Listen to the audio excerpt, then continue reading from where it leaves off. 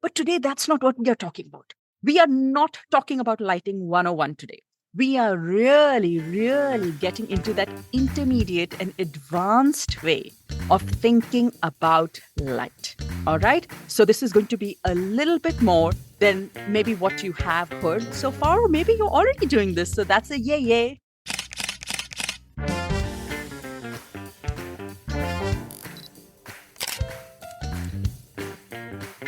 This is your host, Dyutama, but you can call me DJ. And I love to inspire food photographers to dream. I spent 15 years as an architect studying buildings and constructing hospitals before taking the biggest leap of faith of my life, which was setting up a food styling and food photography business right from scratch. If you're a dreamer like me, wanting to start a new photography business or grow your existing food photography business, jump right into a world where I share practical, actionable strategies to improve your photography skills, to work with clients, make more money, all with a fearless mindset. This is the My Food Lens podcast, and we take you one step closer to your dreams. So let's go.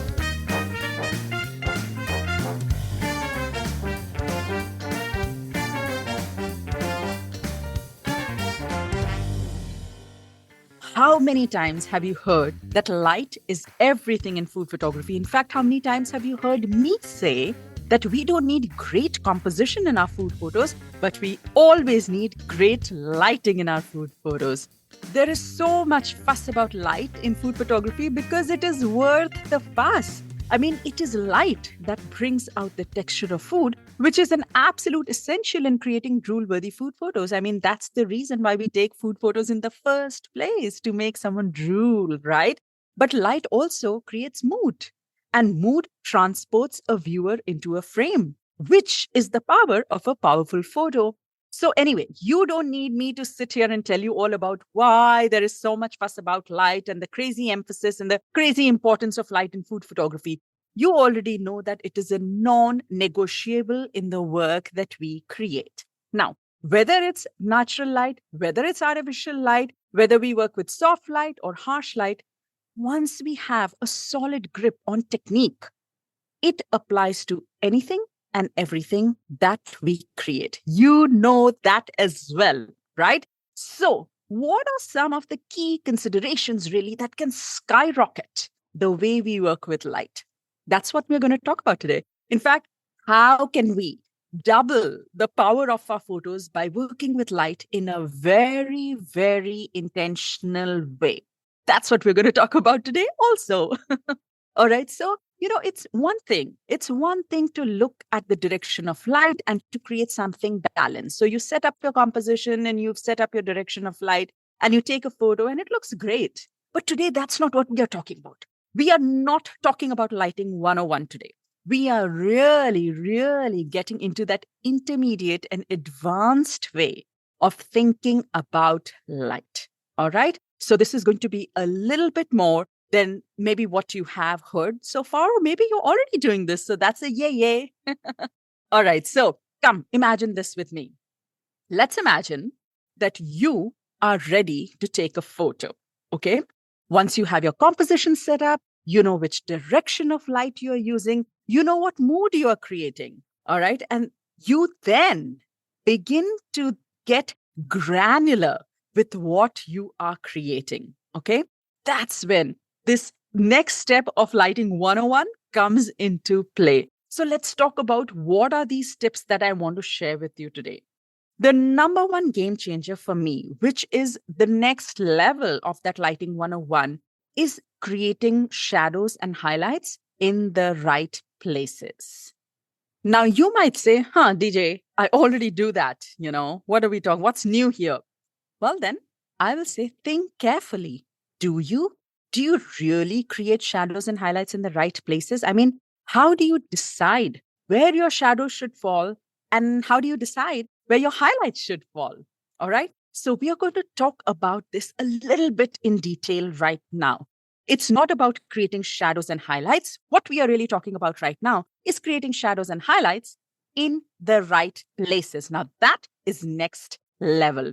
So where we create the shadows and highlights is actually based on our hero subject, the main food that we are shooting, and the composition. Okay, so again, let's imagine this together.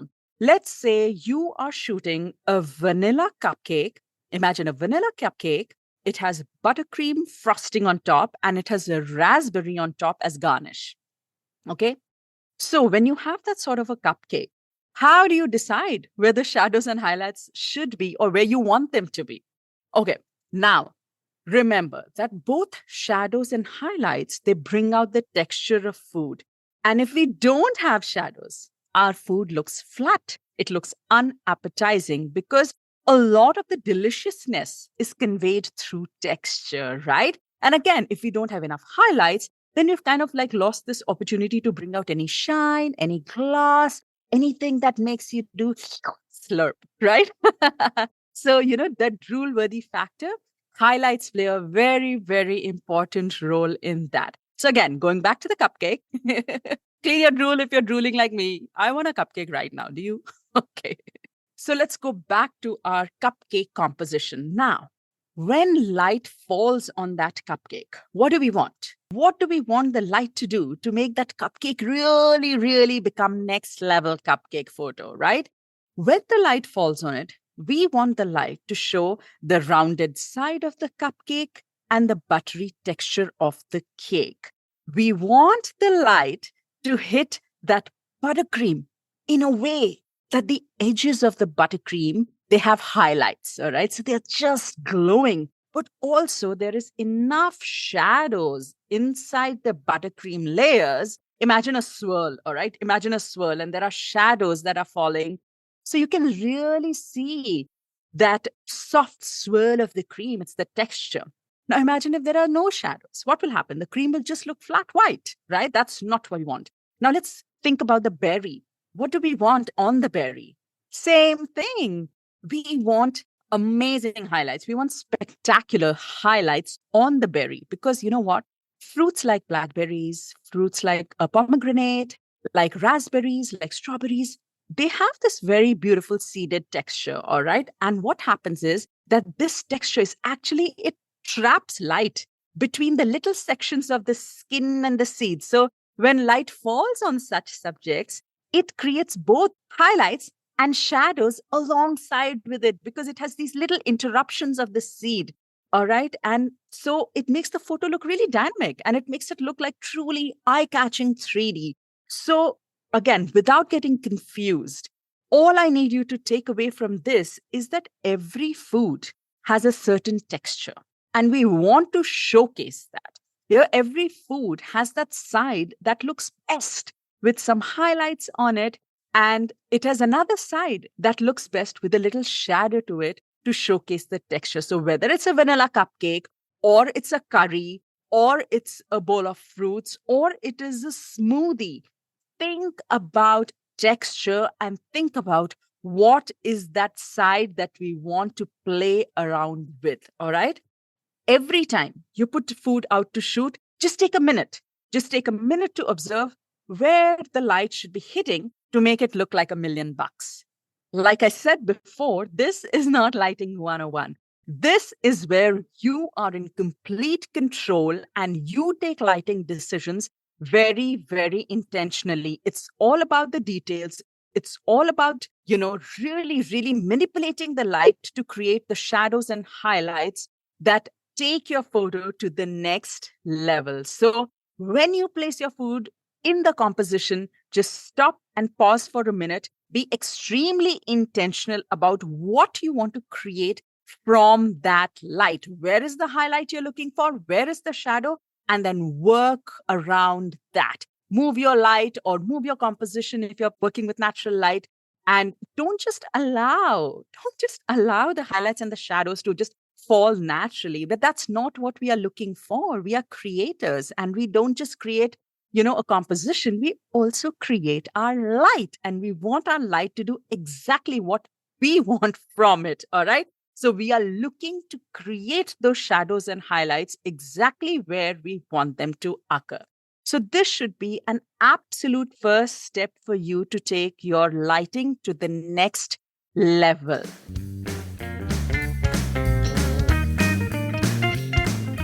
The second tip, which is actually quite correlated to this one, it's correlated to the highlights and shadow, is to bring tonal contrast to your photos.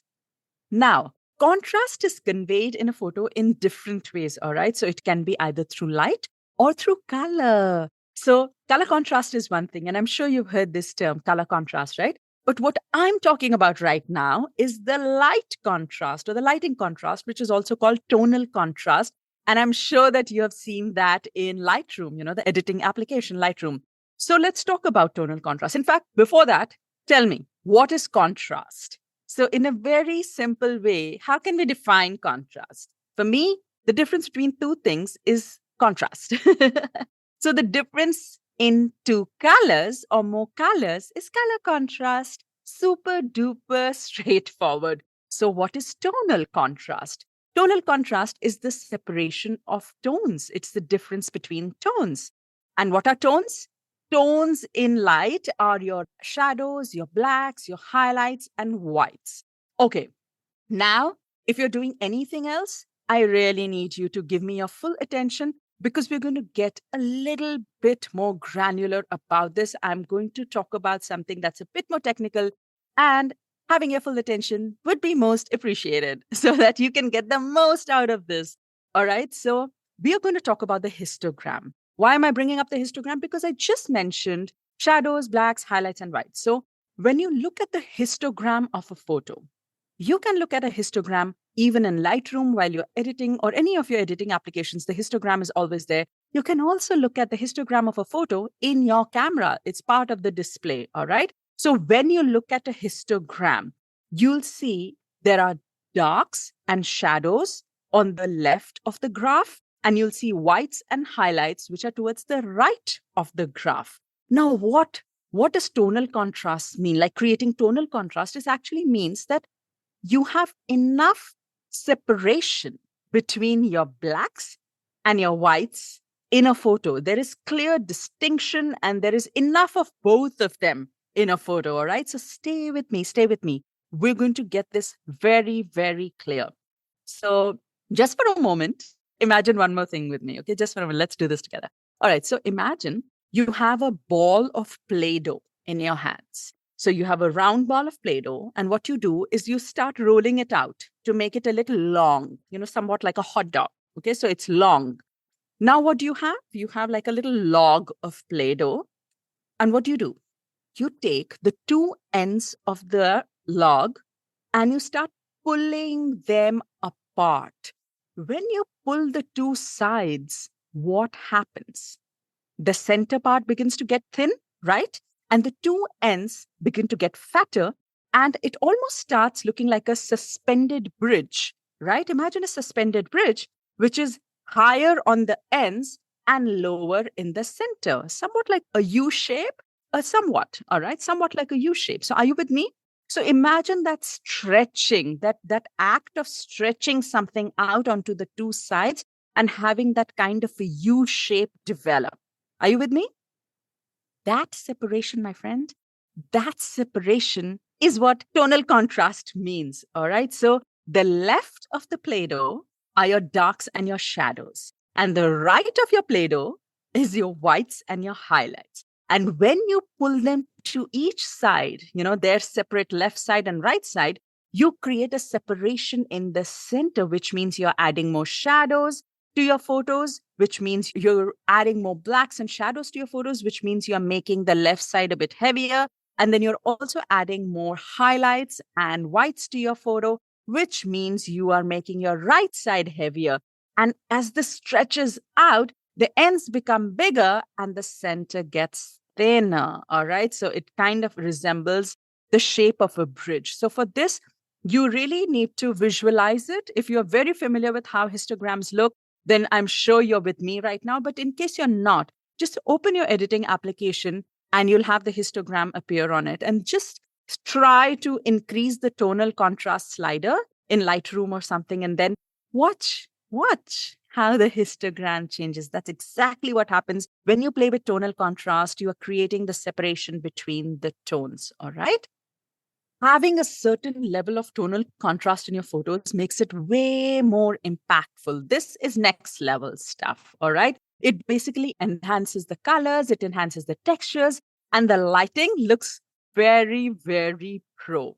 But to create this tonal contrast again, we really need to pay attention to where our shadows are falling and how much are the shadows and where our highlights are falling and how much are our highlights, taking us back to point number one, which is being very intentional about our darks and brights in a photo. Because imagine that you begin to create this tonal contrast in your photo, but your shadows are not quite where they should be and your highlights are not really, then imagine what's the impact of the tonal contrast? Not what you'd want or not next level. It would be quite the ordinary or 101 level. That's not what we want. But also, since we are talking about tonal contrast, I really need to highlight that every photo is different. We really need to keep that in mind. Not every photo can have or will have high tonal contrast. It really depends on the mood that you're creating and the colors. You also have to be very mindful of the colors. So, just like histogram, right? The histogram, it varies for each photo.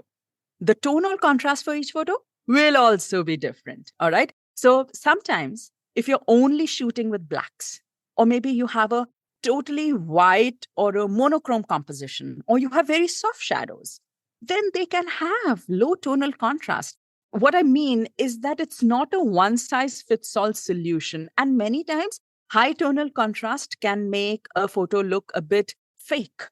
We have to be careful about that as well. It can make food, if you add too much tonal contrast to your food, it can also make your food look very dry. It can make it look like it has way too much texture. And again, it looks artificial or over edited. That's also a thing.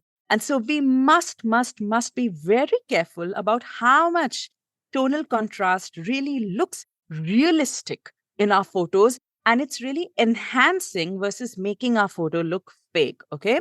So the purpose is actually to just make you aware that there is immense power in creating tonal contrast in your photos, in case you have not been thinking about it when you've been working with light. So the power of shadows and highlights and how to even make a simple cupcake pop with it is just out of, it's just crazy good. And similarly, once we have the shadows and highlights in place, applying high tonal contrast or playing around with the tonal contrast in a photo can also be like a real game changer. So make sure that you pay attention to it. The shadow and highlights are applied during the photo shoot while you are in the photography stage, and the tonal contrast is a lot also during the editing phase. So you kind of have to keep that in mind as well while you shoot, that when I add the tonal contrast, how is this going to look? Or when I'm shooting, how much more tonal contrast can I add to this photo just in the way I create this light? All right. Now, this is not an easy topic. It's not something that is like, oh, yeah, I got this. Oh, so easy. Or, this is like, piece of cake. It's not. It's a tad bit complicated. And if this is something that you have not been practicing, or this has not been part of your workflow, or something that you've not really spent too much time thinking about, then it can be overwhelming or it can be, new information. So I would say that if you intend to apply this in your photography, take it slow. Be very intentional. Don't be frustrated if things are not working out. You know how things are in our creative world, right? It takes a few rounds and a lot of practice to be able to get the hang of it. So if the shadows and highlights are not exactly where you want them to be, don't worry. Don't worry. Manipulate the light a little bit more, study it a little bit more. Maybe next time it'll be a bit different. All right. And then don't get frustrated if you really can't understand or see the tonal contrast. It will come together with time. All right. And you know that I'm always there. If you have any questions, you should not hesitate in reaching out to me. So there you go. 2 game-changing tips. Number 1, create shadows and highlights in the photo based on the food that you are shooting. And then 2, create enough tonal contrast between them to double the power of what you create. All right. It just takes like a little bit more observation of the nature of your food. It takes a little bit more intentional manipulation of light so that it's created where you want and how you want them. It's very, very specific. I mean, only when we are in complete control of what we create can we create something next level, right? So lighting is not really complex, but it just needs us to know what we want, right? Like every food actually has a different opportunity to catch light. And as food photographers, we need to find that opportunity and we need to use that opportunity to create drop dead, delicious, and beautiful food photos. All right. Okay, so if you found this episode helpful, head straight and rate it on the platform you are listening on. And if you have any questions, please send me an email on hello@myfoodlens.com or come DM me on Instagram at Gitama_myfoodlens. I'll see you next week with another episode. Until then, bye bye.